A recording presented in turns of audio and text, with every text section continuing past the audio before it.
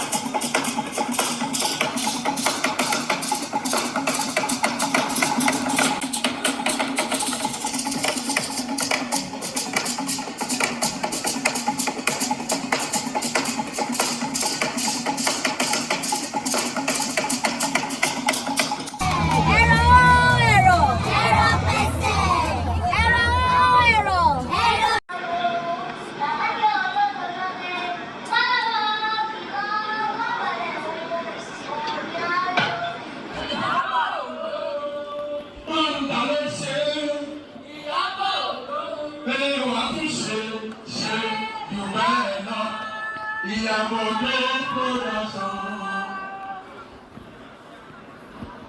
ohun ayọ̀ ẹ̀rọ máa ṣe.